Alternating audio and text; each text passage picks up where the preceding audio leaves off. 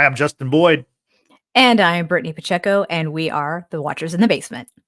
Welcome to the Watchers in the Basement. We are here today to discuss the latest Marvel Cinematic Universe film, The Marvels. But before Brittany and I share our thoughts on the film itself, I want to hit you with some Marvels facts. The Marvels is the 33rd film in the Marvel Cinematic Universe and the third movie in Phase 5.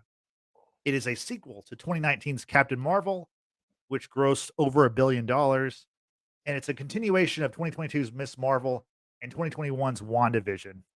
The movie was released on November 10th, 2023. It has a runtime of 1 hour, 45 minutes, making it the shortest MCU film to date. Box office, it didn't do very well. It made Yikes. 110 million worldwide, 47 million domestic. It's the lowest opening in MCU history. And this is why it's, really considered a bomb already. It's got a budget of 275 million, which is Oh, insane. Now oh, I've seen that yikes. vary, but from what I've read, 220 to 275, 220 million to 275 million, a lot of money. So Yeah, I don't think they're going to make a profit on this film. not at Um, all. it was directed by Nia DaCosta, of course, produced by Kevin Feige. The cast includes Brie Larson, Teyonah Parris, Iman Vellani, Zawe Ashton, Park Seo-joon, Zenobia Shroff, Mohan Kapur, Saagar Shaikh, and Samuel L. Jackson. Brittany, what did you think about the Marvels? So it's no secret here on the Watchers in the Basement how I felt about Captain Marvel. Didn't really care for the movie. Definitely don't care for Brie Larson cast as Captain Marvel. I don't know. There's just some things that just doesn't work with her. Like I love her in other movies, but for some reason it doesn't seem like a good fit for her to be a superhero, especially in the MCU. Not sure why entirely. It's just how I feel. However, I really do enjoy Teyonah Parris as Monica Rambeau and Iman Vellani. She's like probably my most favorite character in this whole movie. I think she's just wonderful. She plays Miss Marvel. I absolutely loved her in the show, the Disney Plus show, Miss Marvel. It's a great like coming of age story. It's really cute. She's funny. There's so many things that I think everyone can relate to her because there's always you have that one fandom or you have that one thing that you really, really, really, really love, and everyone identifies you with that love, right? Like for me, it's Harry Potter. Like everyone knows I love Harry Potter. Yeah. So it's relatable. I think she's great. And the very fact that Iman is a real life fan of the MCU comics and things like that, she's so invested. It shines in this movie and just in her acting as Kamala Khan, aka Miss Marvel. However, this movie, I liked it okay. It's one step better than Captain Marvel for me.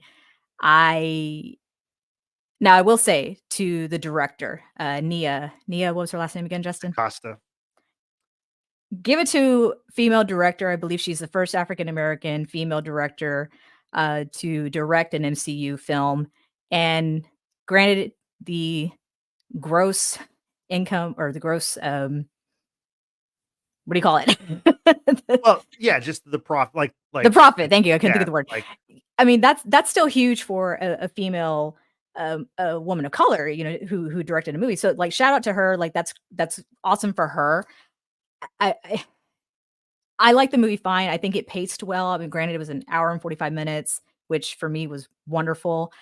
The overall story, I think, was fine, it was like how you said to me, it's the middle stuff that kinda just mhm. didn't quite land, especially one part that it pains me to say that I didn't care for. However, we'll get to that in a second, but the ending was good. The mid-credit was great. But, yeah, overall, it was just an okay film. That's how I'll leave it. What about you? What are your thoughts? Yeah, I agree with basically all your points. It's I was not a fan of Captain Marvel the movie. Right. Um, and this movie, you know, I think is actually slightly worse. Even though there are good things about this movie, there are fun things about this movie. I agree with you. Iman Vellani is the star. For me, she's the best character. I wish the movie was built around Kamala Khan and Miss Marvel. Yeah. It would have been a better movie to build off the series and then to have Captain Marvel appear. I thought the overall outline of the plot, I, I like, I like that, but like I like like you said, like it's all the stuff in between because the Mhm. overall the plot, if you like take the 10,000 foot view, from above, you've got these three characters: Mhm. Captain Marvel, you've got Miss Marvel, and you've got Monica Rambeau. They all have to come together. They're brought together by their powers. They have these light-based powers. Literally. Yeah, they learn that their powers are entangled, and every time they use their powers, they switch places. Mhm. It's really cool. The movie Yeah. starts off strong. I mean, I love the beginning with, Miss Marvel in Jersey City. I think that feels like the TV show continued. Oh, yeah. The the them using their powers is great. Then you have Mhm. the fact that, like, Miss Marvel is a huge Marvel fan, but Mhm. especially Captain Marvel is her number 1. She has these posters of her and Captain Marvel to get, like, these drawings. They're like BFF. That's, like, her fantasy is to be best friends with, Twinsies. yeah, yeah, with Captain Marvel. So you have to bring those characters together. That works for me. And then you have the reunion between Monica Rambeau and Captain Marvel, Carol Danvers, and that's interesting because what happened in Captain Marvel, the first film in 2019, you have, the fact that we learned in in the first film, Monica Rambeau is like a 5, 6-year-old kid. Her mother, Maria Rambeau, is like Carol Danvers' best friend. Mhm. You know, it plays out, Carol gets the powers, and you know, then later on we see in WandaVision when we meet Monica, we learn that Monica was blipped. During the blip, she was gone for 5 years. During that 5 years, her mother, Maria, got cancer and sadly died, and Monica comes back to the world and her mother's gone. And Yep. so it's interesting because, Carol is like her aunt that she's been estranged from for 20 plus years or whatever, 30 years, I guess, because Mhm. Marvel was set in the 90s. So Mhm. you reuniting those two characters, that stuff was great. Yeah. Of course, the final scene of the movie I thought was fantastic. The mid credit is great. We're gonna get detail of that stuff. Sure. But the villain played by Zawe Ashton, who is Tom Hiddleston's fiance, Mhm. um, I don't know if I necessarily blame her for because a lot of the Marvel villains, let's be No. real, throughout the history of the MCU have been pretty weak. I mean, yeah, Yeah. Thanos is and Killmonger is great. And there's other villains through I think even Wanda was a great villain in Multiverse of Madness. Oh, without But a doubt. the villains are pretty weak overall, so I don't like it's to me that's highlighted more so than before just because there's so much more in this movie that just doesn't work. And let's get into that. Like let's Mhm. talk about let's talk about well, Brittany, what do you want to what didn't work for you in the movie that you'd like to touch on? So, on topic with the villain, Yeah. uh, who, like you mentioned, is the real life partner to Tom Hiddleston. Last Thursday was a really big day for the MCU in general, Yeah. just because Loki season 2 finale dropped and the premiere for the Marvels dropped at the same time. So, like, these two, like, power couple right now, right? Awesome. Happy for them. Love that for them. However, with I don't think it's so much Zawe's performance as the villain. I think the villain itself was just not a strong enough villain in general. It seemed very random that okay, sure, you had someone who was from the planet Hala that the quote unquote annihilator, which is in this case Captain Marvel, came Mhm. and destroyed their and I still don't fully understand what that was, that supreme something or other. It was I don't know. It's like a supreme intelligence. It's like a powerful Oh, it's an AI. AI. Yeah, Okay. right. Yeah, okay. Yeah. So Captain Marvel, for whatever reasons, because she was under, doing the bidding of the Kree and or whatever, Mhm. she was told A or XYZ killed off the thing and therefore desecrating the planet, right? Planet is without sun, without water, it's in a drought Yeah. and has Without air. unbreathable air. Yeah. Right. So poor quality of life just overall. if I'm not mistaken, Justin, I think that whole sequence of like that flashback to incorporate the villain, and I'm trying to remember her name off the top of my head. It's a very odd name too. Darbin. Darbin. Yeah. Dumb. Sorry. It's a really dumb name, Darbin. Like anyway. It's Jar Jar Binks adjacent. Jeez, don't even go there. But that I think that sequence was a deleted scene from Captain Marvel, if I'm not mistaken. I could be wrong. But you kind of retcon some things or you try to, connect some things. Cool, great. It just still seemed very random that you had like this one person who, in a sense, wanted to take up this mantle of being like the savior of the planet and try to bring back resources to the planet. That being said, I feel like it was kind of like a lesser version of perhaps a Namor. I said Namor. Cool gun. Had to do that. You just said that so you can do your impression. That's the whole point. Yeah. I like doing that. That in my prototype of Victor Timely. So that being said, I feel like she's kind of a lesser version of Namor because Namor came out to protect his home, right? That way there wasn't like an invasion and what have you. And he was just kind of like getting ahead of the game. Well, this is a result of what's happened to, her home planet, Darbin's home planet. And she's using this sort of technique of creating like jump points to access other planets and their resources to bring it to make her planet healthy again. You know what I'm saying? So it's kind of weak overall. Once again, it has nothing to do with the actors. It's always a performance in general. I think she was given what she was given.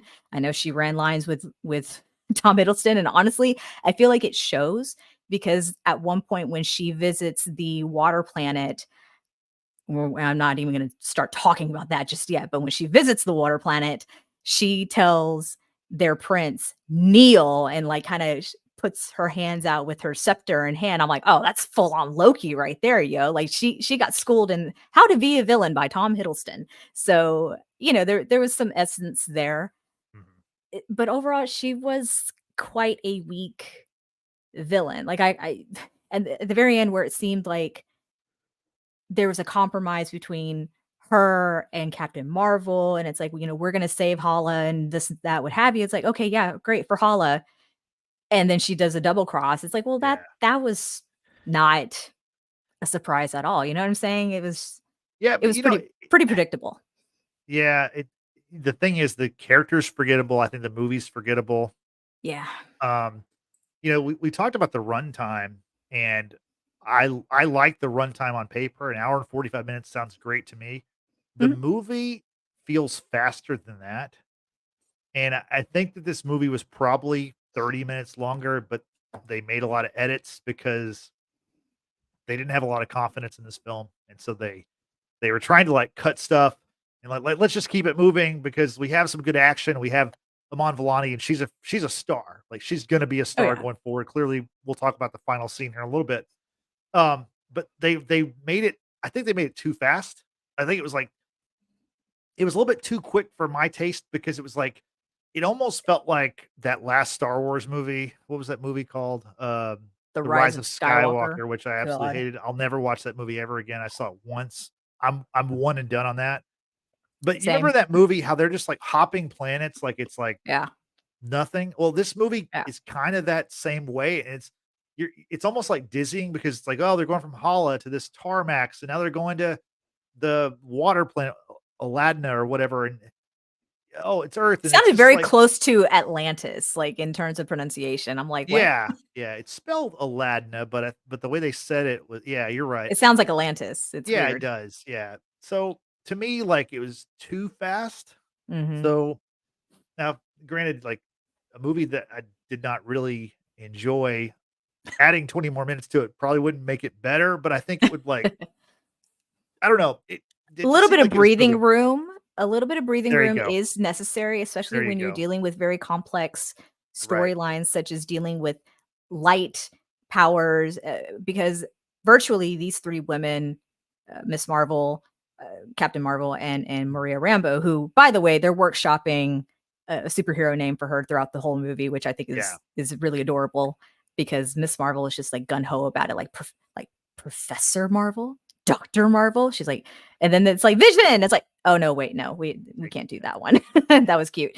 But the three of them, they, like you mentioned, they all exhibit similar powers where they are able to adapt it differently.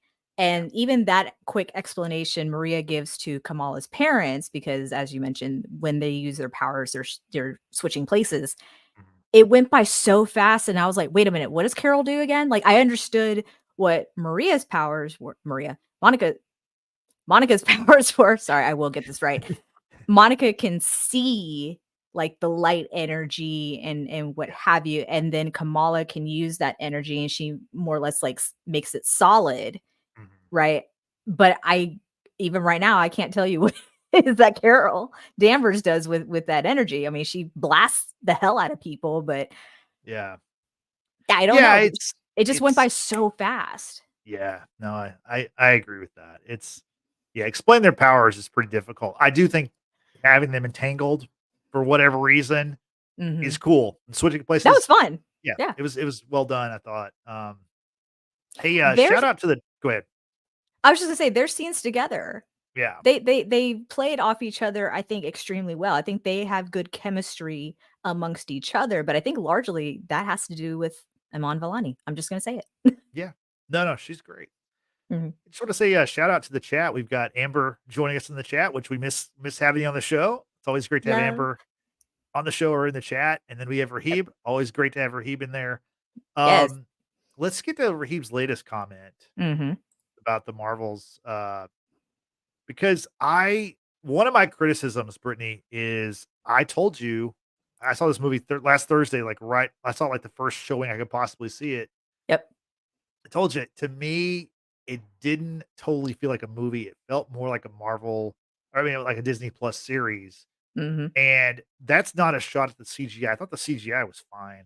Oh, CGI was fine. Yeah. To me, it's just they did the same thing that Star Wars does on these Disney Plus shows where they just have these like sets that are definitely sound stages and they look like sound stages and the characters look like they're cosplaying in this movie.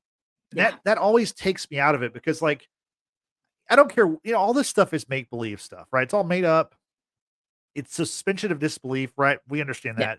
But Yeah. if the characters themselves don't look like they're real to their own world, it just takes me out of it. And when it's like people with painted faces and like, like robes and stuff, and they're supposed to be this alien planet, never mind the other stuff about this planet. It just doesn't look good. And it looks cheap. And this movie was not cheap. It's No. 200 and something $1 million for the budget. So it's Yeah. definitely not a cheap movie, but it just takes me out of it. What do you think about that? No, I completely agree. I feel that CGI wise, like the special effects, the choreography, the certain sets looked better than others for sure. Coming back to the water planet, which is pretty much our our main criticism overall with how the set looked, and then like the Right. kind of cheap sort of cosplay, and Yeah. then just what happened. Well, let's I don't know get if to that, and let's oh, show Rahib's latest comment, if you would, because yeah, I think he it's pretty on he point. I think it's yeah, pretty on point. he nails it. He nails The it. He the says Yeah, go they ahead. turned the Marvels into a Disney princess film with Yep. dance and music. Yeah, And and you wanna explain, Brittany, what, Aladna or however it's pronounced, what that planet is? so random, Justin, because the fact that this is a water planet. Okay. I mentioned earlier that Hala was without certain resources. They were in a drought. So that means what? They need water. You figure out a jump point to get the water planet's resource to Hala, right? Okay, cool, fine. So the Marvels are on their way to the planet, and Captain Marvel kind of like drops a drops like a big surprise on the other girls, saying, "Hey, so I'm kind of famous here for reasons. Like I helped them out of like a financial situation. I think she said tax. I think it was tax, which I It's thought was financial like, situation. yeah, Yeah, still. right. But No, I she's know, like, but like, she's like, I'm famous. Like, I'm just letting you know. So she's trying to be like all incognito or whatever, but like the people are aware. And the weird introduction of this was the people broke out into song. And now I love musicals. Okay, I absolutely love musicals. I did choir for so many years. yeah, I will randomly burst out into song during the day, like it just happens. This was a really strange introduction, right? right. And of course, the Iman and I say Iman, Miss Marvel and Monica are just kind of like, what the F is happening? But then eventually Iman, Kamala gets into it, right? She's having, living her best life. Hey, yes, we're dancing, we're having a good time. And then you find out that Captain Marvel is married to the prince of this planet Right. for reasons. And the only way that they can communicate is through song. Right. Right. That's how they talk. They have to talk What? in song. Yeah, that's how they communicate through song, which sounds ridiculous, and it is. And then you Hey, get Captain Marvel singing back to her husband, I was done after that. Prince. I was done. But then 5 minutes later, they decide that, oh no, they can just talk like normal because He's as bilingual. he's bilingual, meaning he can just talk. He doesn't have to sing it, which I thought was like you commit to everyone has to sing on this planet to talk. And then you just go, well, now he doesn't have to. Like, Also, so why? Like, why was yeah, this the chosen direction to go into? Like, I understand that different planets and different people and they have different customs and culture. Okay, that's fine. That's also the right. real world. I think what I think the goal that they were trying to achieve was to give Captain Marvel a little bit more substance. Like she hasn't just been out and about like saving the world. Like she's Yeah. also human, or she does like normal things, and I guess normal people marry well, if Meghan Markle can do it, sure, why not? She can, someone can go marry a prince somewhere.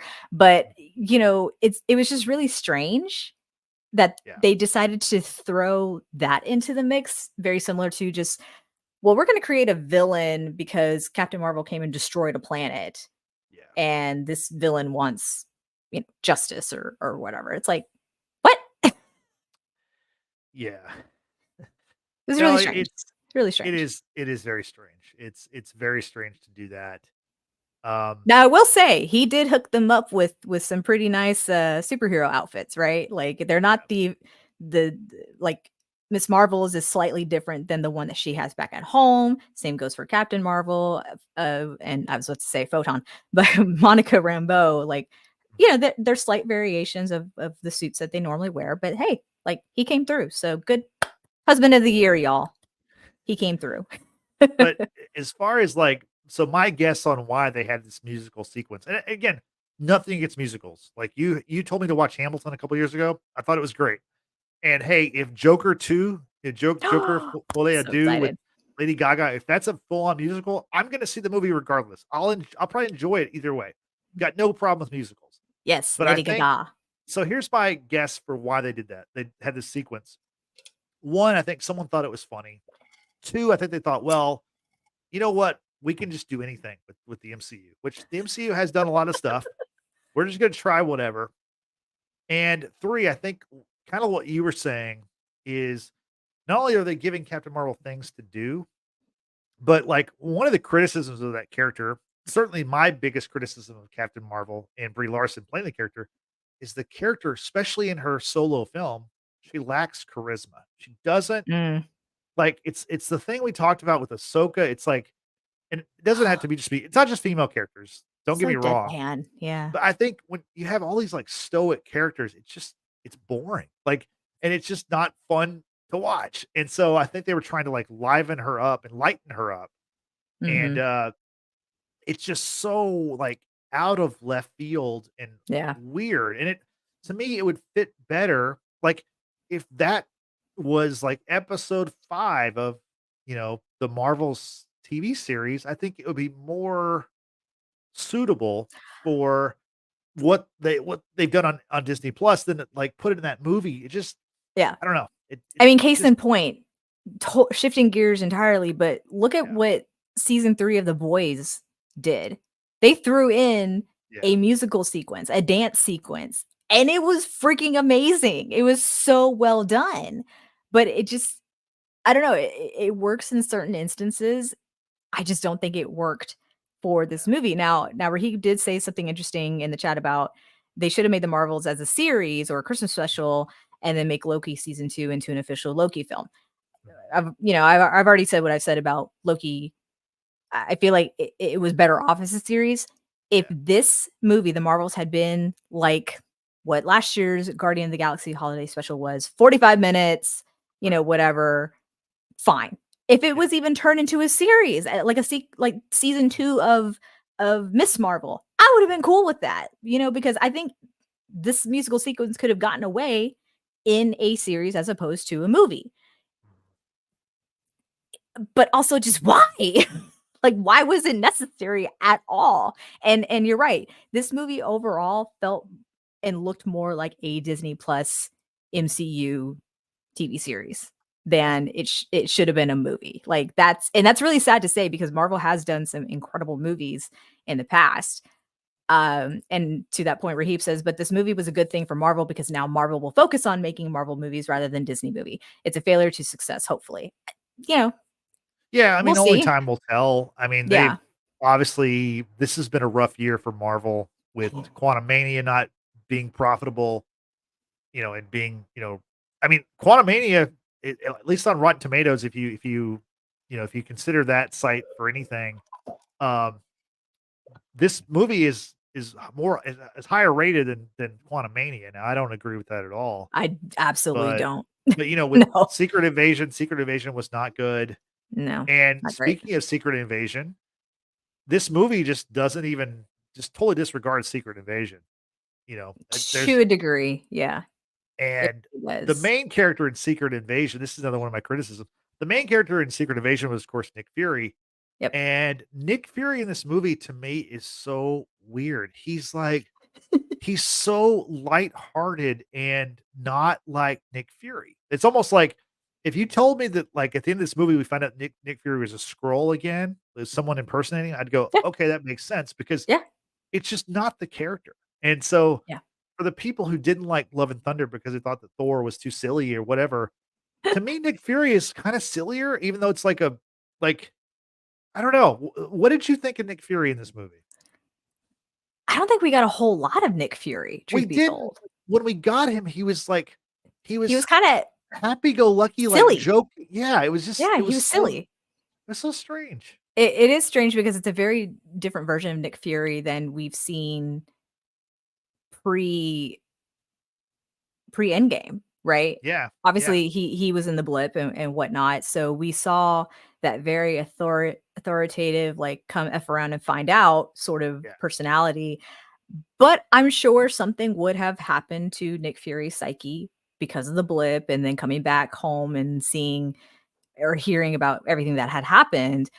mhm, And yeah, you kinda need to well, maybe not need to, but if you've watched Secret Invasion, you kinda get a better understanding about Nick Fury and the life that we didn't know about and his mission to help the Skrulls find, like, a new home planet.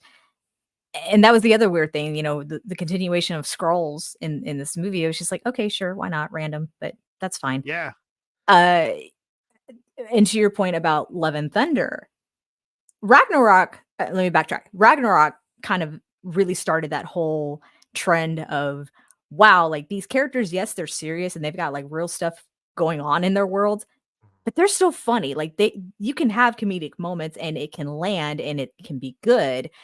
yeah, Love and Thunder took it up, an extra level or extra right, notch. And yes, there were a lot of criticism about how, oh, Thor's no longer serious, like he's not that, godlike anymore. He's just being dumb and because he's with the Guardians and what have you. And we all should know at this point the Guardians are not my particular favorite movie franchise in at all. But I it's just really funny that people are really, really critical about Love and Thunder, but seem to be okay with the comedy that's in this movie. Not to say that it wasn't good. I mean, some of it was actually kind of funny, and yes, some of it did come from Nick Fury, and Mhm. a lot of it came from Kamala Khan's character. But I I'm just curious, once again, like, what are people thinking? Yeah. And to that point, I've also seen criticism online about how people feel that this movie is told through Kamala Khan's character because she is such a super fan of Captain Marvel, Mhm. and how, she's obsessive. She's like, "Oh my god, I get to meet Yeah. you. I get to work with you." And she's so excited. Listen, people, if y'all have a problem with Kamala Khan being around her hero and getting to work with her and save the universe, you have a problem with that. Do you have that same problem with Peter Parker and Iron Man? Because if you don't, I'm gonna need y'all to exit here and now. It's the Well, same thing. That is her identity. Like, from the get-go, when you watch Miss Marvel, for God's sakes, her name is Miss Marvel. From the jump, she is obsessed with Carol Danvers, Captain Marvel. Like, there's no question about it. yeah. That's her Well, identity. that's one of the main characteristics of the character. She's a super fan Yes. of the Avengers, but she's especially Captain Marvel. So like that's just who the character is. That's like, Superman flies and he has heat vision. Like if you take those away, it's not really Superman. So Mhm. but no, there's a lot in that in what you said. And backtracking a little bit, talking about the scrolls, which to me, the scrolls and the Kree and this, like, I mean, honestly, to me, Let it go. it's reached the level of like, I don't want to hear those words anymore. Like, it's like I hate Sith. I hate this. Like, I like the dark side for of the Force for Star Wars from the Right. good movies. And then once I started using like words like Sith and labeling it, I hate that stuff. And the Kree and the Skrull, I don't ever want to hear about them again. But in this movie, one of the cameos we get, which was spoiled in the trailer, the final trailer for the movie, is Valkyrie returns, Yeah. and she kind of like saves the day in a respect that she finds she gives the Scrolls. scrolls a safe haven. Mhm. What did you think about the the very brief cameo by Tessa Thompson back as Valkyrie? She even like shares like a kiss on the cheek Yeah. with Captain Marvel. Like, Mhm. what did you take away from her?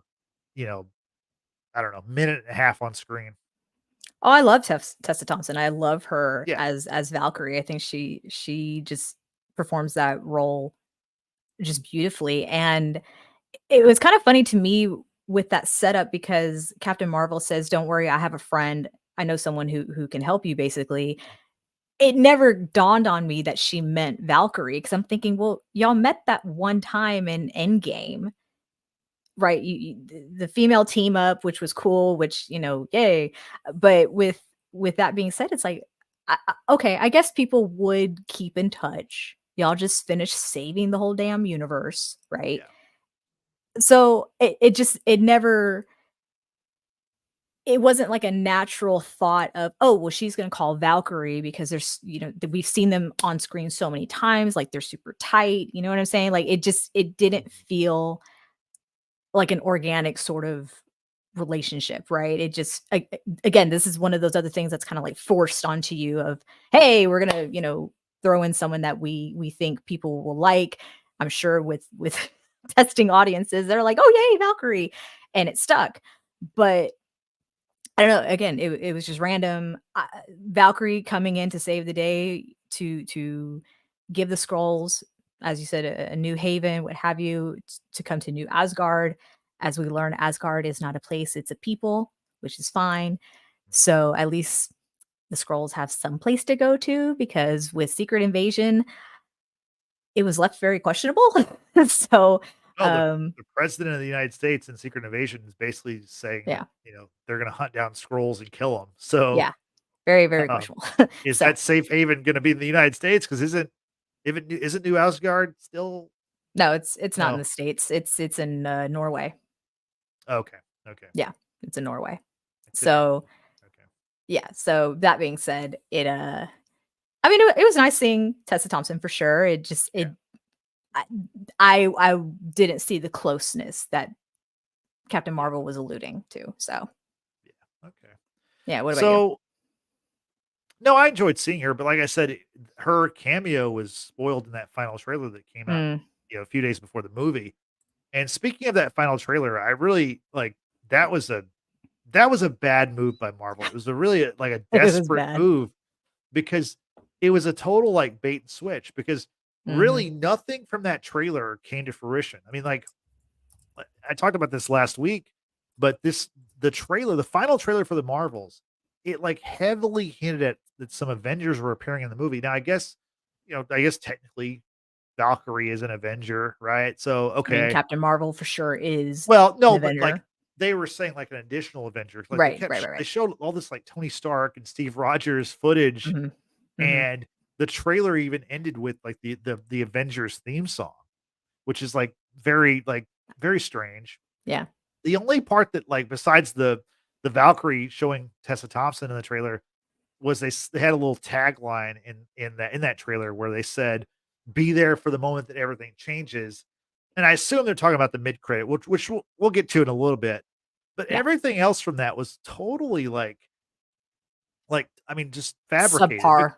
Like, Yeah. there was one part in the trailer where Nick Fury says, "They're here," and I don't even remember that in the movie. Like, he's saying that sounded like, "Oh, the Avengers are here," or I don't know who's here, but, like, I don't think he even says those words in the movie, but in the Was trailer, he says that.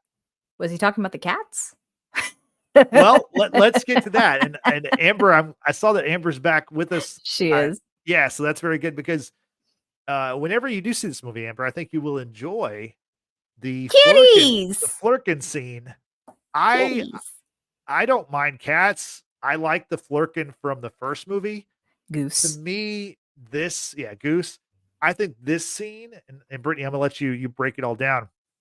I thought it was a little much, and it was kinda like really wacky comic booky.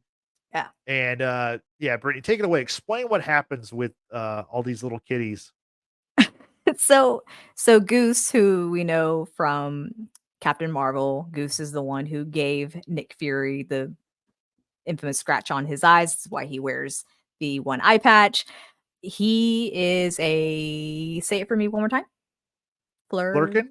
Flurkin. Flerken. Flurkin. Yeah. Flurkin Yes. are the beings apparently that have tentacles that come out of their mouth and they Yep. can eat Yep. or just ingest whatever is in front of them. They This look is like not cats. They look like yes, cats until they open their yes, mouth, and they have, like, tentacles, and they can swallow things whole, even though they're, like, right. the size of a cat or a kitten. Yeah, Exactly. So, yeah, this orange cat is not to be messed around messed with. with, no. So but Goose has been in the care of Captain Marvel, and eventually when Kamala Khan's parents have been taken up to Saber in space, Goose is also being reunited with Nick Fury, right? And then all of a sudden, like these random, like pod type things that look very questionable looking start appearing, I guess, like in their events on Saber, and like they're just multiplying super, super fast. The people there have no idea what it is. They're monitoring it. They're trying to make sure it's not like some sort of bomb type thing from the enemy. Mhm. Eventually, one of those nasty little pod things hatches, Mhm. and lo and behold, it is an adorable little kitten. And so that tells you that this is how Flurkins are born. And as I mean, cats in terms of their litters can be, single to very many, right? This is very true in this movie because now we have a clouder of cats, right? Yep. And they serve a purpose, as random as it may sound. They serve a purpose where Saber is losing power. They need to get these people evacuated from, from space. They only have one escape pod to fit, I don't know, however many hundreds of people that are on this spacecraft. Well, apparently, Space Cat distribution system. Here we go. Amber. Yeah, the Flurkins go into action. These little kitties are chasing and hunting down these humans and swallowing them whole because apparently they can hold multiple humans in their tiny little bodies, and it's easier to pack away cats into an escape pod than it is humans. Yes. And those humans are not they're not in danger. They're just They're swallowed whole by these kitties. Yes. That's the way of transporting them to their Earth. space station or Earth or wherever. Yeah. Yeah. And it's just so funny because even when Nick Fury and Kamala's family are on that same escape pod with all the kitties, they kinda get jumbled around in space. They're spinning around in space, and if you do get motion sickness, yeah, you're gonna probably start like, heaving. This also rings true for the kitties because then the kitties start dispersing individuals slowly. And once they crash land onto Earth, they're, in New York, typical. Yeah, kitties are running around, probably still throwing up all these humans who are perfectly fine, right? But yeah, that was I was just excited to see kitties, given what we witnessed in Guardians of the Galaxy Volume 3, I was happy to see animals unharmed Yeah. and being heroes. That's all I'll say about It's that. it is a funny scene. I will say that. Yeah. The kittens are cute as hell, Oh my god, they're so but cute. I think it definitely is like there's two scenes in this movie that most people are probably gonna have something to say about. One is the singing planet. Two is the kitten swallowing people whole to save them. So, It's um, just so cute. It's really cute. Raheem says they have a fourth dimensional space in them. That is where all the people and things go. Yeah, that's good to know because at one point there's one cat, maybe kitten, that is just kind of sitting like as a human would, like how I'm sitting, and then just yeah, starts spewing out everything that it's eaten. It's like a metal desk. It's books. It's just a variety of things, and it's just like, where does this go? But this is basically like it's a Mary Poppins bag, but just in yeah, cat form. yeah. So it's wacky. I mean, again, So wacky. it's like somebody thought it was funny, and they're like, "Hey, we can just do whatever we want. Let's give it a shot." They did it. You know, some people are gonna love that part, and other people are not gonna like it. Um, I'll tell so you who won't like it if I ever watch this movie again. You get 2 guesses. yeah, I know you're Corky Luna. She will not enjoy No, seeing all the kitties on the screen because she no, actually pays attention to TV, which I've never she seen a does. dog actually do that, but she full on will pay attention to what's on the screen. So, She does, yeah, and even if I say the word kitties, she's like, "Where?" yeah, yeah. She's on alert, high alert. Yeah. Um, Amber yeah, says, "Don't you know cats are bigger on the inside?" That's not terrifying at all. well, these cats are definitely Oh, yeah. it's pretty crazy. It's also worth noting that Goose, the ringleader of the Flurkins, is the reason why Nick Fury wears the eye patch because as Yeah, we I learned mentioned in that. yeah, Mhm. Captain Marvel scratched the eye. So Mhm. interesting stuff. But he didn't seem repulsed by his reunion with Goose, it's just No, like, "Goose!" and, yeah, getting little scritches, and there's some love right there. I'm like, "I love that. I love that. Just don't get your other eye scratched, okay?" Like, then we're yeah, screwed. yeah. So let's transition to the quantum bands, which Mhm. if you watched Miss Marvel, well, you know that Miss Marvel, her powers are derived from this. And now in the Miss Marvel series, it's called the Bangle, right? Mhm. It's passed down from her grandmother. Well, in this film, she only has one of them in the series, right? So obviously there's Yeah. another one missing. This movie, toward the beginning of this movie, the villain Dar-Ben and her crew, they discover the other bangle, which they call a quantum band, Mhm. and she has the same like staff hammer thing that Ronan has because she's also an accuser, like Ronan from Yes. the first Guardians film, and Yes. so she uses her hammer staff and she hits it with the bangle when she wears the quantum band, and then she can like punch holes in the universe.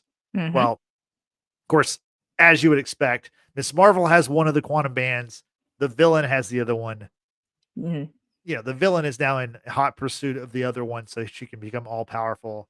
Spoiler alert, she gets the other quantum band and then she wreaks havoc in the fact that she um, tears a hole in reality.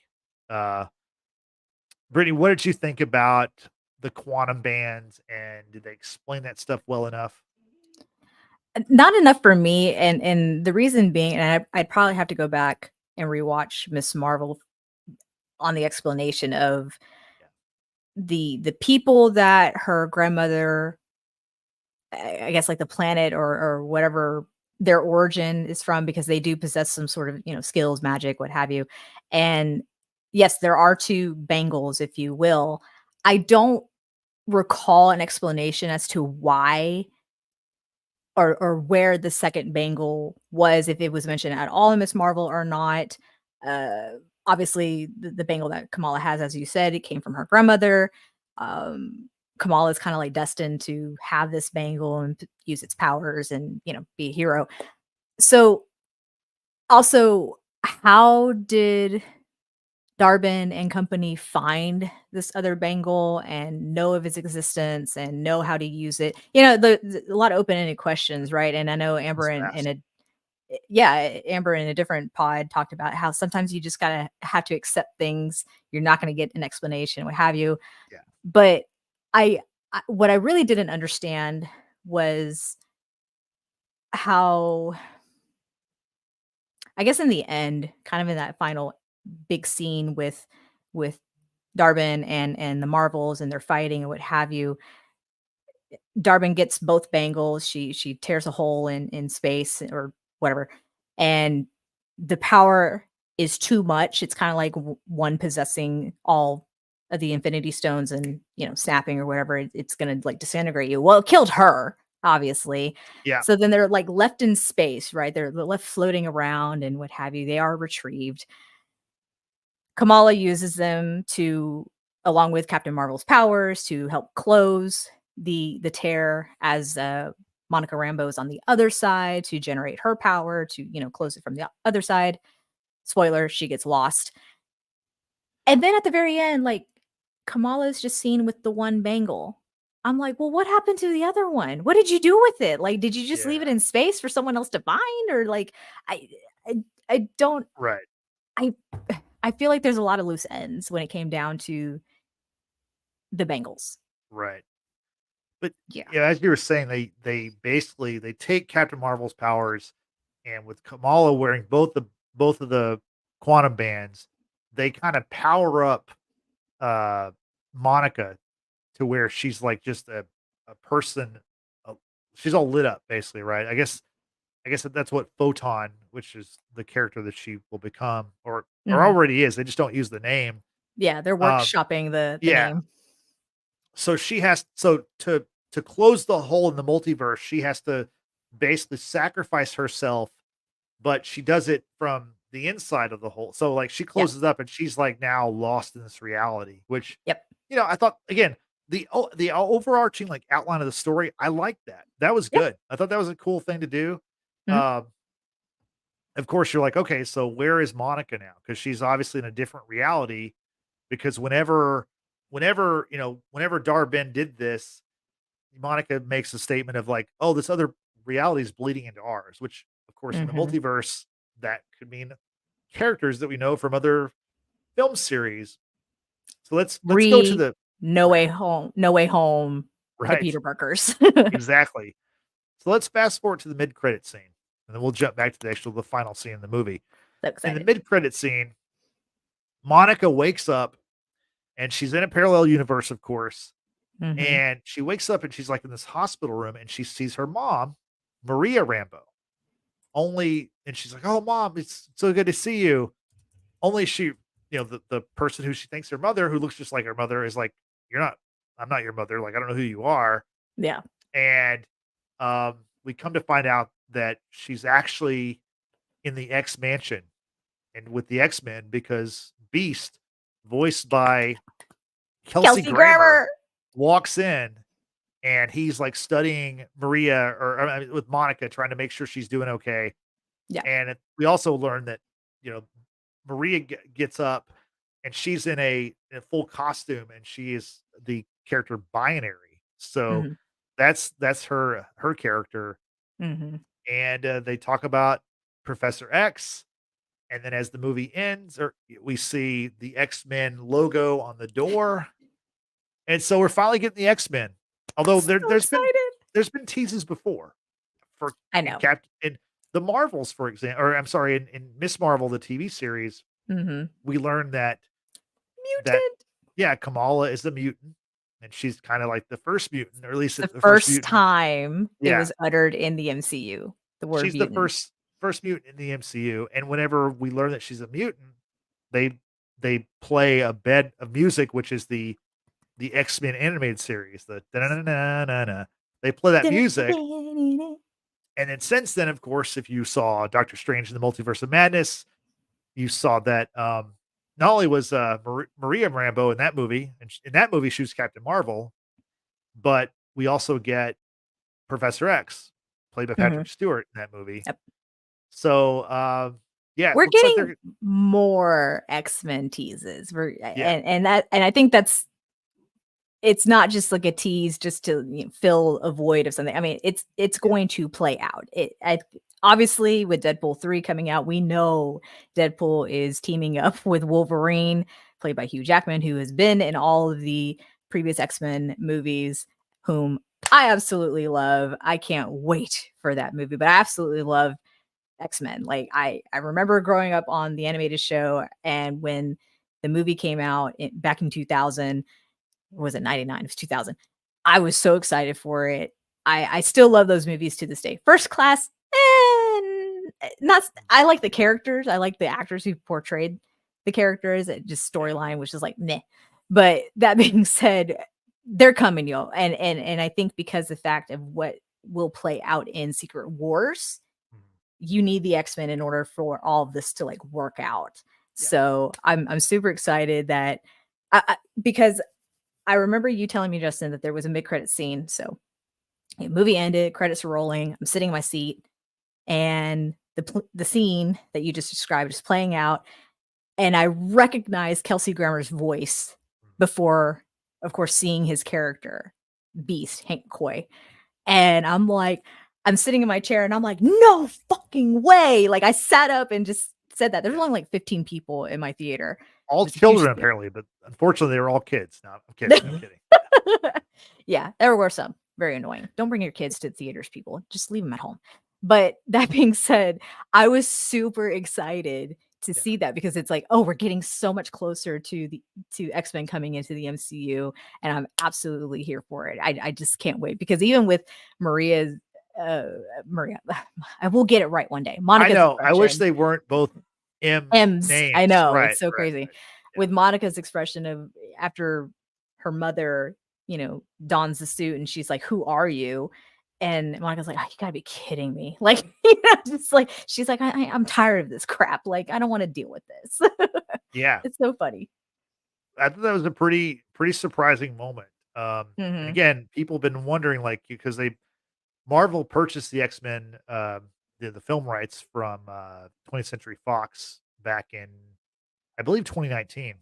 Yeah, it So was they've had the recent. rights for a while. I mean, they bought 20th Century Fox, so they Yes. reacquired the film rights to their characters, and, people have been wondering what are they gonna do with the X-Men, and I think So we all excited. thought that they were gonna recast the characters, and they probably will eventually, but it looks Yeah. like the plan right now is for as many of the Fox, uh, X-Men characters that were created in that universe, we're gonna see many of those characters interact with the MCU characters, and I think that's what will happen in Secret Wars. I think we're And then die.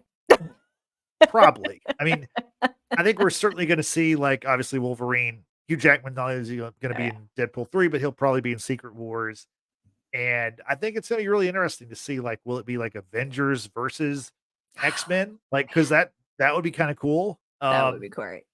That'd be awesome. Yeah, I'm looking forward to that. I think it's actually a good idea because I Mhm. then, like, what they could do is after Secret Wars, they could just recast Everybody. everybody or the whole, Mhm. who knows what's gonna happen. I mean, who knows when we'll even get Secret Wars? It's Right. supposedly gonna be 2027, but, I don't think that's gonna happen. In a little bit, we'll talk about some other movies that Yeah. have moved their dates, but, pretty exciting, mid credits. I feel like Oh, yeah. even the people who hate on this movie are kinda probably perked up when they saw that on the internet that, "Oh, so we Mhm. see an X-Men character Yeah. in the mid credit." Yeah, and it's funny because Beast in this mid-credit is completely CGI, whereas in the Yeah, Fox movies, it was a suit, right? It was a suit with the fake fur and and all that stuff. But you know, again, the CGI, I didn't have a problem with CGI at all No. in this movie. I think it looked good. It looked believable, and yeah, I mean, there were good things about this movie. There were some not so good things about this movie, but overall, it was, you know, it was fine. But the other scene, Justin, that Yeah. was fun and a very big surprise was the final scene. Yeah. Yeah. So the final scene in the movie, we see Kamala Khan.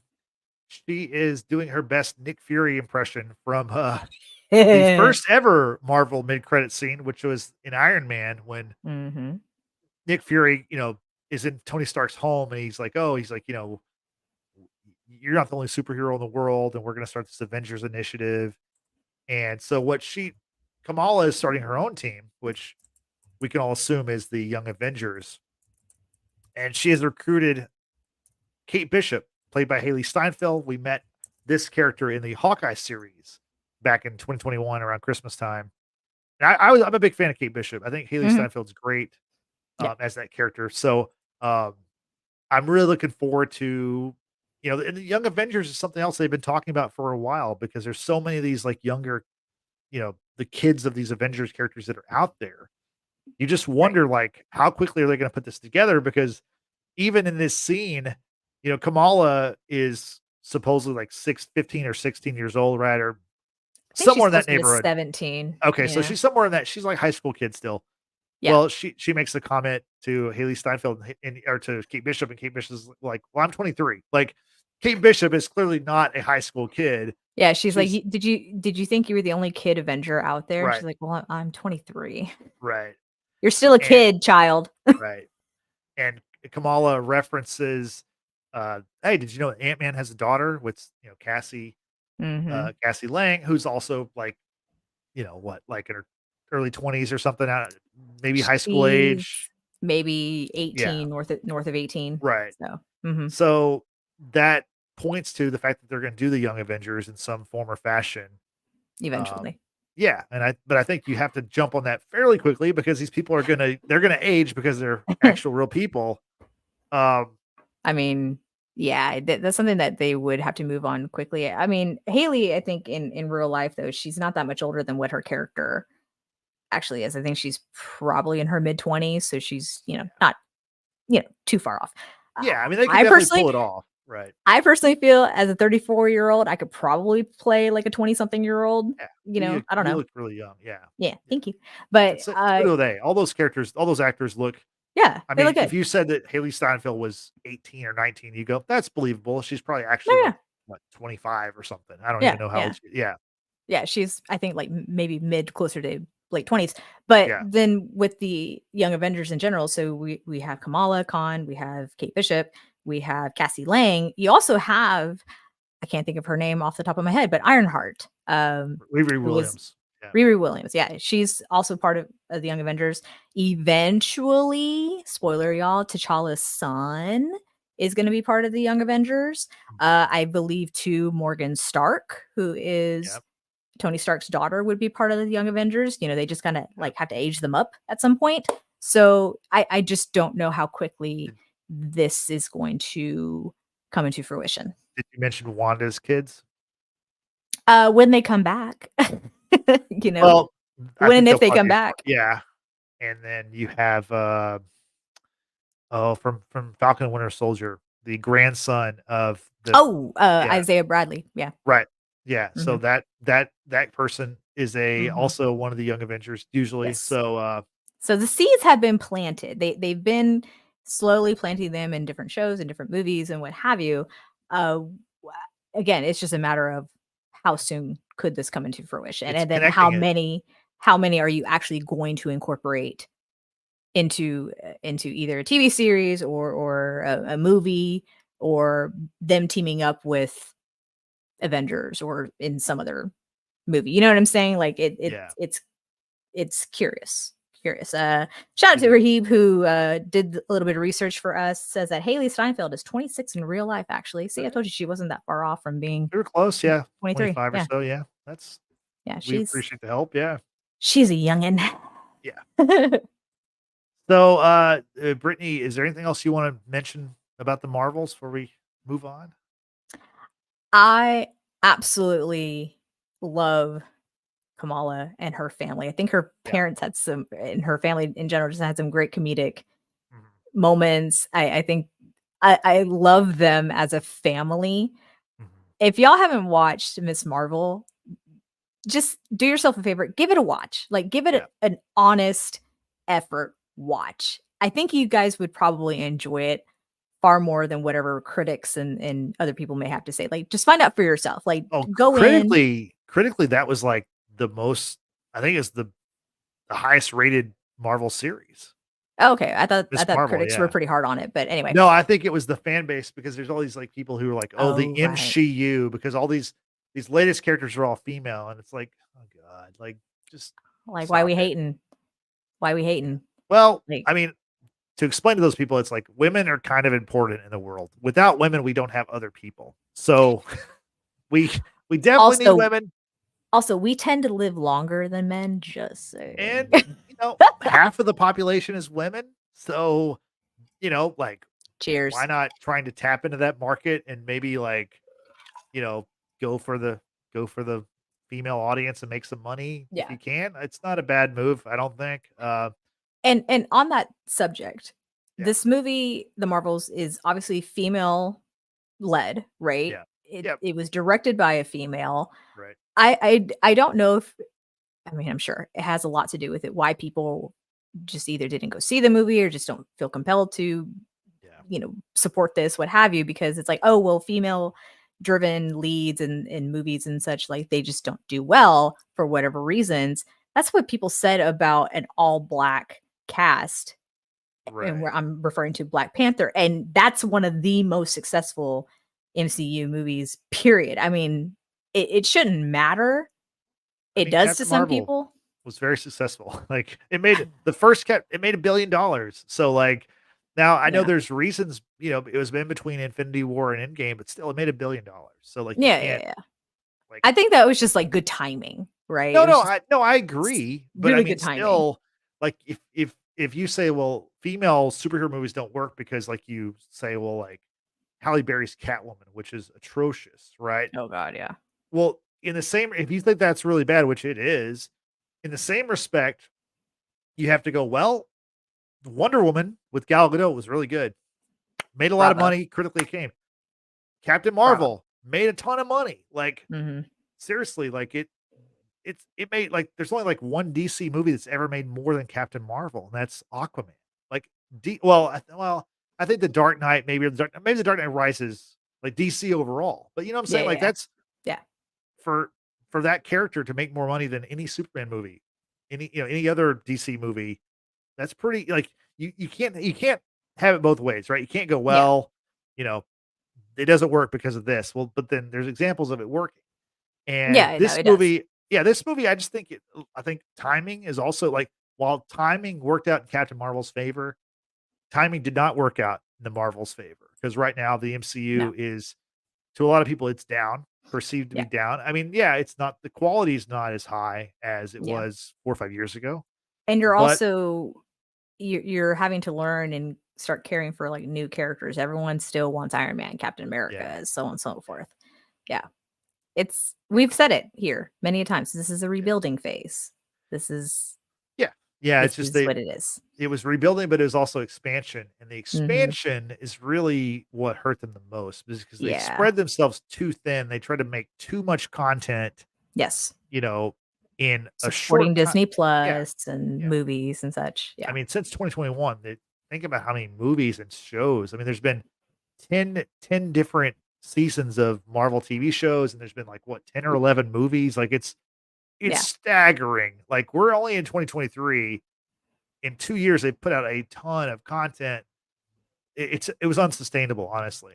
Yeah. So, Well, and the fact that they Marvel have now rebranded or have branded a more grounded hero series, and that's what the Marvel Studio Spotlight, and right. those characters, while they're Marvel characters, are not gonna tie into the big picture that is, if it's Kang or Well, if they're deciding to take a different direction, you know what I'm saying? that's what Like, they say, that's but what I they mean, like, say.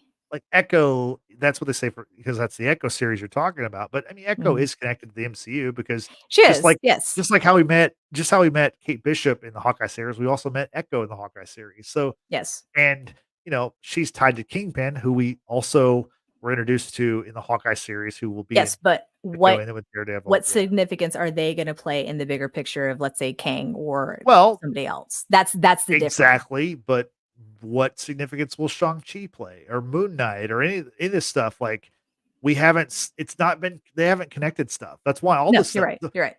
will we ever see the Eternals again? I don't know. I Like, would be okay if we didn't, are honestly. we ever gonna 7 see movies, and they yeah, haven't addressed the big ol' statue coming up from the ocean. yeah. What No, the I mean, F? that's the thing. They need to connect this stuff, and They do. They I do. do like the fact that, Kamala's putting together the Young Avengers, and they're trying to connect it in that way. Now, when that movie comes out, who knows? Like, maybe it never comes out. Maybe it becomes a Disney Plus special or a series. I don't know. Mhm. Maybe that's the best thing for this show. I don't or for this, storyline. But, I don't know. this movie, like go ahead, Brittany. I was gonna say Rahib in the chat said the most important question is, are Kamala Khan and Kate Bishop affected with the Sokovia Accords or not because they haven't signed it?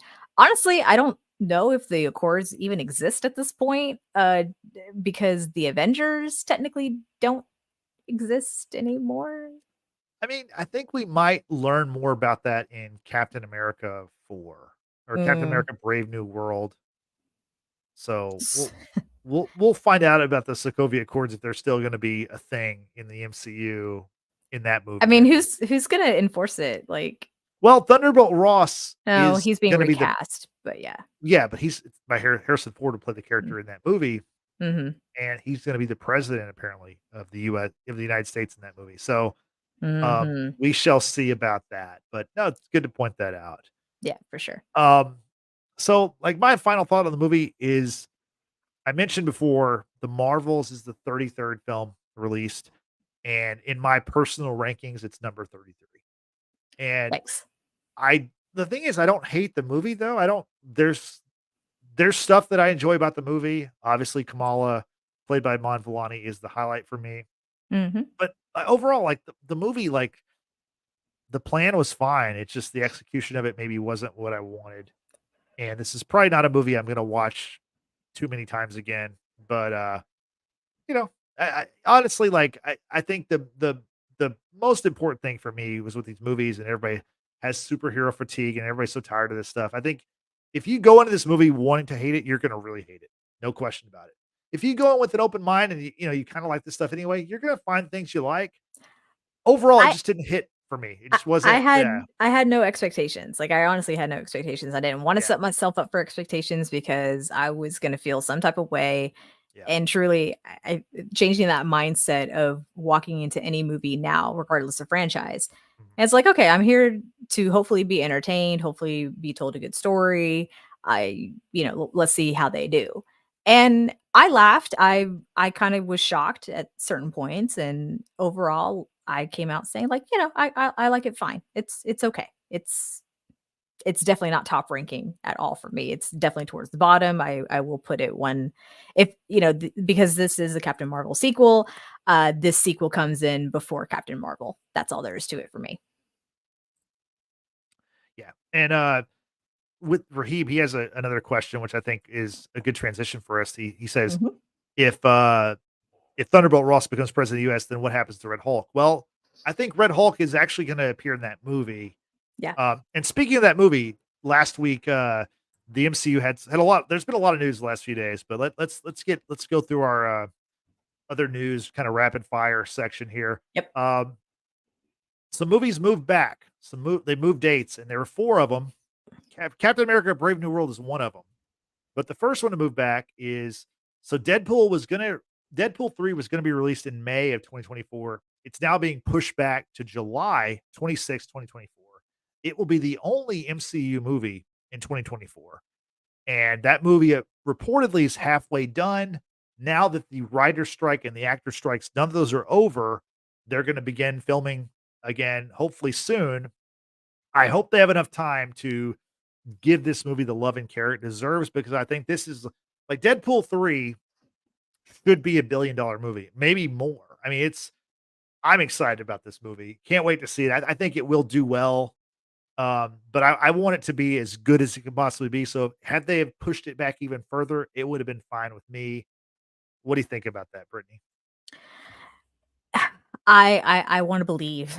You know, I wanna believe in Ryan Reynolds, I wanna believe Yeah, in Kevin Feige, I wanna believe in this whole bit, especially Hugh Jackman, and as Yesenia pointed out, Hugh Jackman can't sustain that workout regime. It's tough. I mean, the man, he's not 20 years old anymore, or 20. I think he said he was 26 when he was cast as Wolverine, you know, back in the day, right? He was a young man, and yeah, that's a lot. That's a lot for him to do given his age. And I know Hugh has had several bouts of skin cancer, which I'm sure weighs heavily on the mind and you know everything else. I thought this was the last of him, of course, when Logan came out. But this time period of Wolverine that we'll see happens in between one of the last X-Men movies and before Logan. So it fits, it makes sense. yeah, However, if this is gonna be his last performance of Wolverine, I just don't know. But with Deadpool coming out as soon as they're saying, I wouldn't I wouldn't be opposed if they had to push it back another couple of months because they are continuing filming, as you said, or they're doing some reshoots of various things. yeah, And stuff takes time, yeah, right? If you wanna make it good, you're gonna put the love and care, like you mentioned, yeah, into it. And I am with Yesenia here. I need Deadpool in my life as well. yeah. Me too. Because the Yeah. first two Deadpool movies are in my personal top 10 of all superhero movies. I love those movies so much. It was so good. It's like just perfect. I love the comedy. I love obviously the brutal violence. Ryan Reynolds is Mhm. like perfect as that character. So good. And I can't wait for that movie. But you know what? If it means pushing it back further, I can wait actually because I want it to Yeah. be as good as it can possibly be, and I do kind of trust Ryan Reynolds that it will be. I mean, Yeah. I was talking about this with George the other day off camera, and I was like, like even like Ryan Reynolds' Mint Mobile commercials or his other products, his commercials are very entertaining. And like when you're watching YouTube and like if one of his commercials pops up, I watch his commercial. Like I'm so Mhm. entertained by the dude. So um I think it's gonna be great, but I want it to be as good as it can possibly be. So Oh, without a if doubt. it's 2025, I'm gonna try to keep on living until 2025 so I can see it, like, You're but, gonna live, damn it. yeah, I will. Well, hopefully. But Deadpool 3 wasn't the only movie to move. Like I said, there were 3 other movies that were pushed back. Captain America: Brave New World is now moving back to February 14th, 2025. The movie apparently is undergoing major reshoots Mhm. after the movie was tested or it was shown for a test audience and people had a lot of problems with it. So, Yeah. we'll see. We'll see about that. Captain America is my favorite character in Marvel. So, obviously I have a vested interest in that movie being good. So I'm looking forward to whatever they do. And again, if they need more time, take the time. I think we want the Listen, best product possible. them changing the title from Captain America, uh, what was New it World prior? Order. New World Order, Yeah. and to what it is now, But Brave New World. Good yeah. change because before it sounded really questionable. Well, and also, New World Order was the title of the first episode of The It Falcon and the Winter was. Soldier. It was. So, So I think I yeah, understand, yeah, that kind of thing. It's very similar to what happened with Loki. Hello. So it still doesn't read well. It yeah, given, the state of the world that we live in, it just sounds a little questionable. right, So I'm right, hoping that with these reshoots that they're going to be done well. They're going to still make the storyline make sense.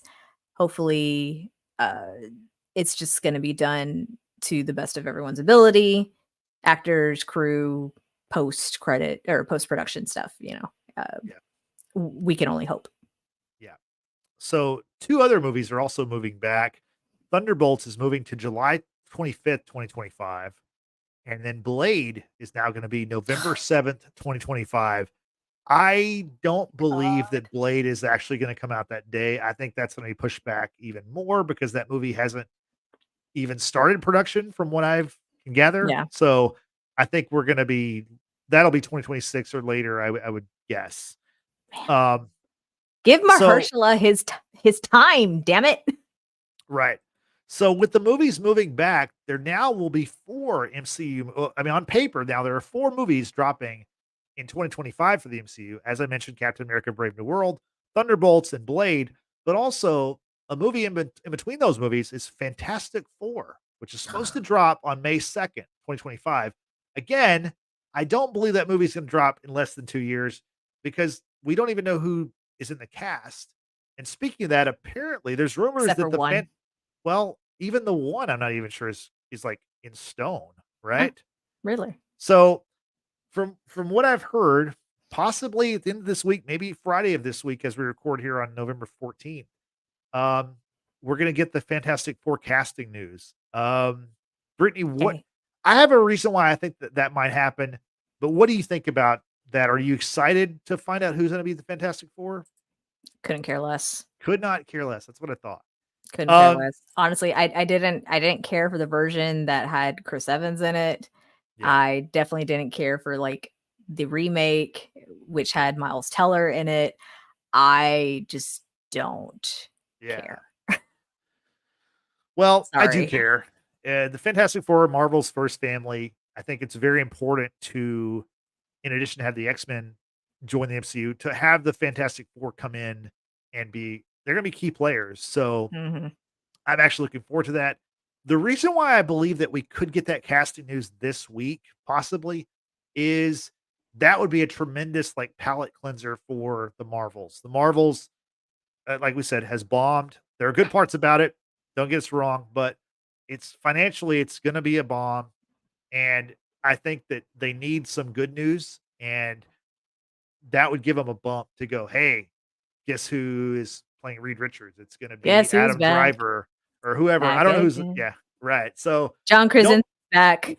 I would Tell like a that. friend. I would Yeah. love that. I don't know that he necessarily wants to sign up for that. But I would be down for Jim from The Office being Mr. Fantastic.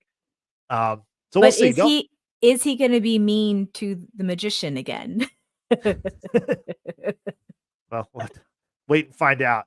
Oh, But lord. so yeah, don't be surprised if you see the Fantastic Four casting drop later this week. So check that out. We'll see if it happens. How how I view the Fantastic Four is very similar to how I view Guardians of the Galaxy. I just don't care for it. Like, Yeah, I've watched all of Guardians. I will be reluctant if I watch Fantastic Four, truth be told. yeah, I've seen every single MCU movie there is to date. yeah, That's even outside of, the MCU in itself. So, yeah. well, Well, no, I take that back. I haven't watched all the Andrew Garfield Spider-Mans and probably won't. But yeah, no, they're not I bad. just There's only 2 of them. So that's still too many. So no. yeah. That being said, I'll let you know if I have any thoughts about casting. I'm very curious if they can get the casting right. I could be inclined to perhaps give it a chance. Yeah, the one that Vanessa Kirby has been linked to Yeah, Sue being Storm. casted, yeah, to being Sue Storm. So we'll see Mhm, about that. Anyway, mhm. I'm looking forward to that because I do like the Fantastic Four. Um, Yeah. in other news, also kind of in the rumor business, um, so I'm reading this book called MCU: The Reign of Marvel Studios. It's an excellent book. Couldn't recommend it more.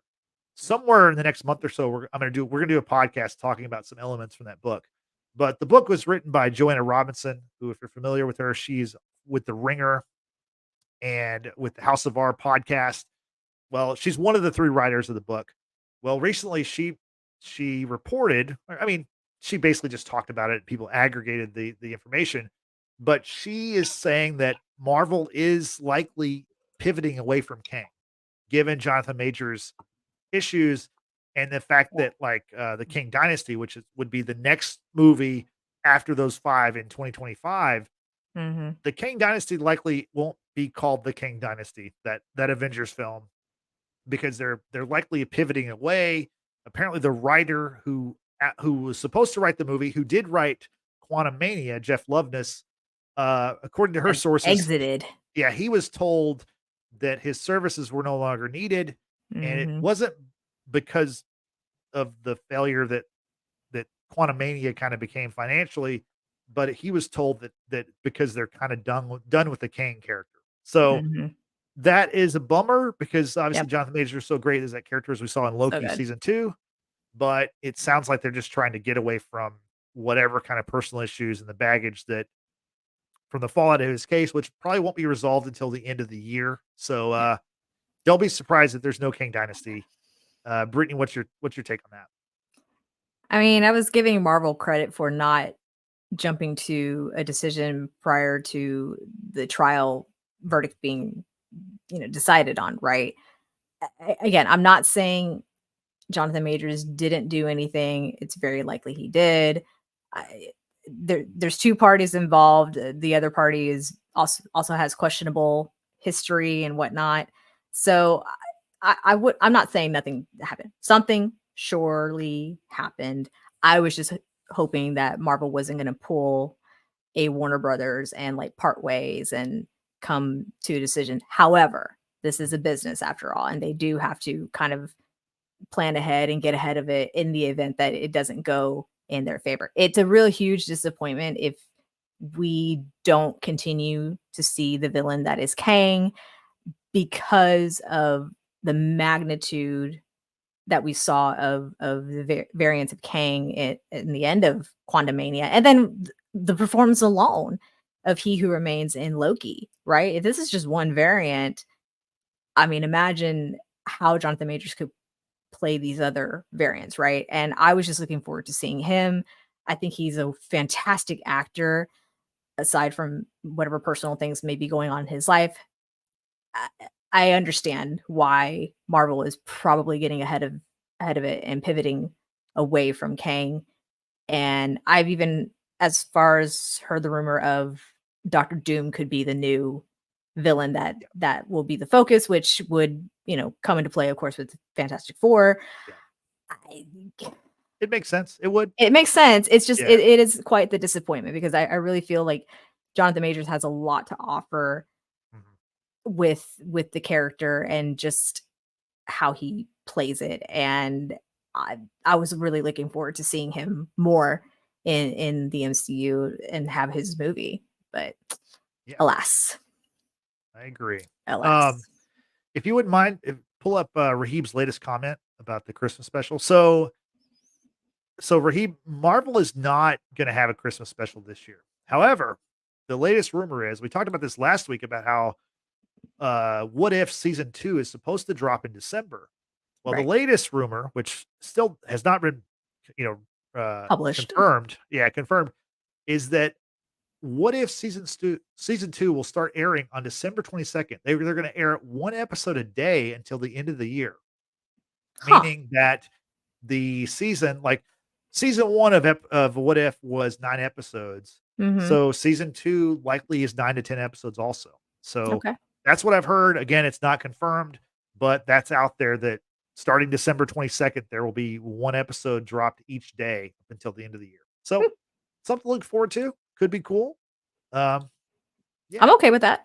yeah, I'm sounds I'm good. I'm okay with that. That's very different in terms of a daily release because Yeah, either Marvel does a weekly release or in terms of Echo, they're just going to drop yeah, everything all at once. And right. to that point about Echo, Yesenia, Echo is slated for January January 10th. 2024. Yeah. Yes.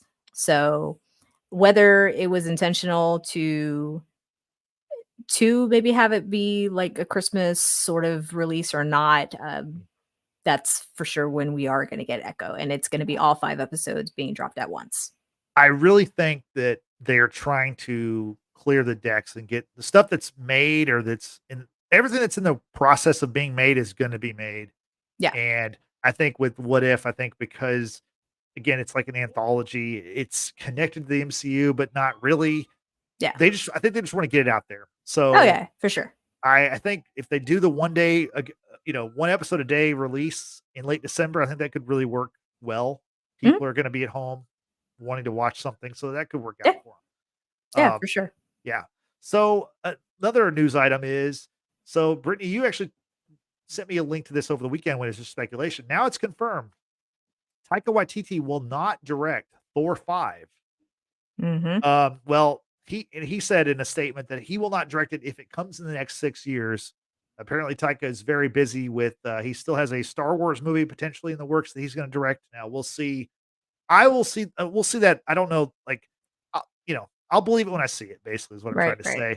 say. But he's got, Words are uh tough. yeah, he's got a lot of stuff going on, obviously, and, Thor: Love and Thunder, while both of us enjoyed the movie and it did very well financially, it was not well received by a lot of the audience, and Mhm. so I think Taika was kind of being pushed out that way, and usually in Hollywood, the way to, like, nicely fire somebody is to go, "Oh, well, they're too busy to do the movie anyway." So, that's kinda the excuse. Now, Taika honestly is busy, and he has a new Yep. movie coming out this weekend called Next Goal Wins.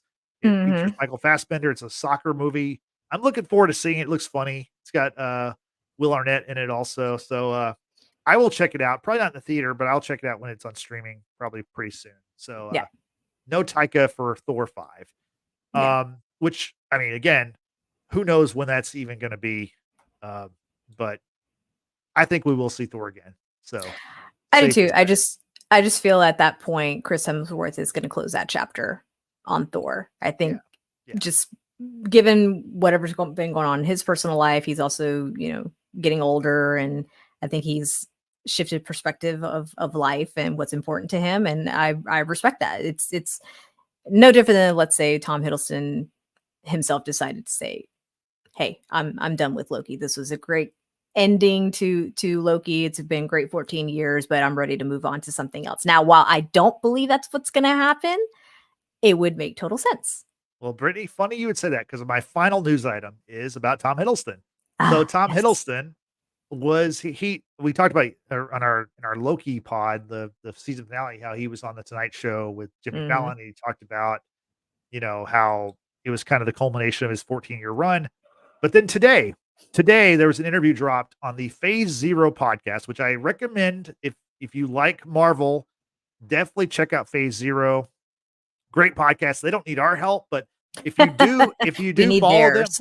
no, but if you do follow them or comment on their YouTube channel, tell them the Watchers in the Basement sent you, because I think, I'm a huge fan of that show. It's been around for a couple of years. Brandon Davis is, they're the host of that show. He does a great job with all of his, comic book content. So, give him a shout out. Check out the show. Anyway, he got a chance to talk to Tom Hiddleston this week, and, he asked Tom if this was indeed the end of his run as Loki, and Tom Hiddleston had a great quote. He said that, he thought he had said goodbye to this character twice before in the past, and Mhm.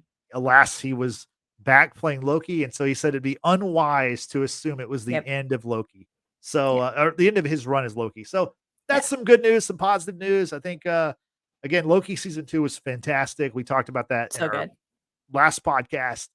Um, so I think it was, that's really good news, and I'm Mhm. excited. Hope is a good thing. So, I would love to see more Loki, and I think you're in the same boat, Brittany. I love to see more Tom. Yeah. In any way. Yeah. There we go. Yeah. Okay. Um, okay, as we wrap up here, there's a question that Raheem asked a little bit ago about Chris Evans. Let's talk about that one. Yep. Yeah, so he So says, since go ahead. since we are hearing about Marvel getting old Avengers back, do you think they will bring back Chris Evans as Steve Rogers slash Captain America? I do. I do think that I think he is actually more likely than Downey Jr. to come back. But I think they're gonna I think both are gonna come back. I think they're both gonna be offered a lot of money. Um, Uh, there were some rumors a couple years ago about how Marvel was working on a potential a Nomad movie or series. Nomad is a version of Captain America after he, gives up the mantle and is, out on his own, kind of, so that could potentially happen, or they could bring him back for Secret Wars. That's probably more likely, but I think we'll see him come back. I think, like I said before, he had a great ending. Obviously, so did Robert Downey Jr. with Iron Man, but money talks, and also it's it's too tempting not to try it. We all only live one time, and it's like they did something that's amazing. It's like Michael Jordan, like he had the greatest career ever. He ended his career with the Chicago Bulls, hitting the game-winning shot in Game 6 of the 1998 NBA Finals. he should have just that should have been it, right? But you know what? 2 years later, it's like, you know what? I'm gonna come back. Or 3 years later, came back because why the hell not? So like if Iron Man comes back and Captain America comes back or with Chris Evans, I'll be the first in line to see it and I'll be excited. So I hope it happens. And I think there's a pretty good chance we're gonna see Chris Evans again. So any thoughts on that, Brittany? I would absolutely love to see Chris Evans back as Captain America because that's America's ass right there, and I enjoy seeing that. But in all seriousness, what I said about RDJ coming back as Iron Man, bringing back any of these previous Avengers who had conclusions in Endgame, you bring them back, and while it's great to see them, their whole storyline and their endings are no longer special. It's no longer meaningful. And I understand we're in a multiverse, and let's say with Loki at the helm of the World Tree, he could potentially rewrite the story and somehow bring them back into these installments. Okay, fine, but like, yes, money talks, but you think about how much these characters meant to us and their stories, and you can just bring them back on a whim because you decide, hey, we want more money because we've been struggling. I don't know. You lose some sort of. Well, For me, talking as myself, I kind of would lose some respect for everyone and everyone and everything as a whole, just because watching Endgame, especially on IMAX, yeah. and seeing Captain finally wield Mjolnir and saying the line, Avengers assemble, right? And then he gets his happy ending. Of course, we lose Iron Man, cheeseburgers. Oh my God, so many emotions, right? And Your then shirt. Yeah. my shirt, love you 3000, Right. y'all. Like, come on, like so many feelings from that movie, that one movie alone. And then say, hey, let's bring him back because that's what the people want. Listen, I respect fan service to a degree. You're gonna They won't necessarily become mediocre characters if you bring them back. It's tough. Like everything that they did prior to that meant nothing. No, I understand that point of view, but I think these are characters that are from comic books. These characters never stay dead or stay gone for too long, and we're gonna see these characters come back I mean, like, we're gonna see someone else play Iron Man at some point. We're gonna see we're gonna see another Captain America, obviously, very soon, which I think is very cool to have Sam Wilson's version to see But that's him take fine. flight. That's fine. That's I fine. the mantle, right? The But I mean, mantle. we're gonna see another person play Steve Rogers Captain America eventually. We're gonna see another person play Tony Stark Iron Man. This So is how I to me, feel it's about the like Harry Potter show I coming know, on. yeah. It's just no. I Leave mean, it think about alone. how many actors have played Batman? How many actors have played Spider-Man? How many actors have played Superman? We're gonna see all these characters I again. know. I don't mind one last hurrah for these people that have Just don't do it in this like storyline though. Don't do it, like but let it's the years pass. Like multiverse saga, so I it can be know. anybody or anything, and I don't wanna. you know what? As long as it's good, just make it good, and I think they will. Okay, I think let me tell you what's not good. yeah. Rahib, I hope you're being facetious here. Since Loki series ended, you guys did a great job with the live stream and podcast. Do you think you guys can make podcasts for a live stream about keeping up with the Kardashians from Disney Plus? The answer is no, because we don't keep up with the Kardashians. I mean, honestly, gun to my head, I couldn't. Okay, first of all, besides Kim, the other ones, I can't like put a name to a face. I'm not I like sadly can, okay, I but can't. I don't watch the So show, and I do not right. support anything that has to do with the Kardashians. So, Yeah. And Kim, sorry. it's more of like not so much a name to a face, it's a name to other body parts. But that's for another podcast. And it won't be for our keeping up with the Kardashians podcast. That's for our Watchers After Hours podcast. The Watchers After Dark. After Dark. Also, like, are they on Disney Plus? I didn't even know that. God, I hope not. I think they're on Hulu, and Hulu is eventually going to merge into Disney Plus. So, yeah. But a short answer, no. Well, we appreciate your support on our Marvel stuff, and we do more than Marvel. We're gonna do some other stuff coming up soon. We But just finished doing Gen V. That yep, was a from the World of the Boys over on Amazon Prime. That was a yep. lot of fun. Crazy, crazy show. And yeah, we do a lot of other things. We do. We have upcoming pods. Actually, this is the last pod for the week, Justin, because next week we will be going on holiday break. Yeah, for Thanksgiving. So no podcast next week, but we will be back the following week. I think we might be Mhm. doing our final Harry Potter movie. So We check will. that out. And then in December, we got big plans. There we have a big MCU pod planned for December. Very exciting. Still putting that together, but we're really excited about that one. Yeah, should be a lot of fun. So check that out. So now that you know what we think about the Marvels and the latest MCU news as a whole, we want to know what you think. And Brittany, how can people tell us? As always, we encourage everyone to participate in our live streams, just like Yesenia, Rahib, and Amber did today. We appreciate all y'all being here. And for those who may have missed out on the live chat, we appreciate you checking out the replay, leaving your comments down below. But the way that you can find out about our next live stream is not only subscribing to us, because we are on the road to 300 subscribers. We're 10 away, y'all. 10 subscribers away from hitting 300. It's amazing. Thank you so much to everyone. Hit that notification bell as well. That way, the next time we are going to go live. And also hit that like button here on this video. Gives us a huge jump in reaching out to people and getting this little podcast known to others. So yeah, maybe if Kardashians mentioned us on their show, maybe I would be inclined to watch it. But Yeah, no. if they were watching us on Spotify or on YouTube on their phone or something, That'd be that would cool. help us. And That would help then us I'm all for the immensely. Kardashians. Like I would keep Yeah. up with them, but right now not so much. Yeah. Well, to the Kardashians and everyone out there, be sure to follow us on Facebook, Twitter, and Instagram, as well as Threads at Watchers Basement. And you can also help grow our audience by using the hashtag Watchers Basement when tweeting at us, sending us articles, memes, things that you find interesting, things that you want us to check out. We'll be sure to incorporate that into our ever-growing list of things to review and talk about. And also, if you are not into our video podcast, that's totally cool, because we have audio podcasts available to you on Apple Podcast and Spotify. Follow us on those platforms and give us a 5-star rating as well. Thank you, Brittany. I appreciate it. So for Brittany, I'm Justin saying thanks for watching. Thanks for listening. We will see you next time. Have a great rest of your day. Goodbye.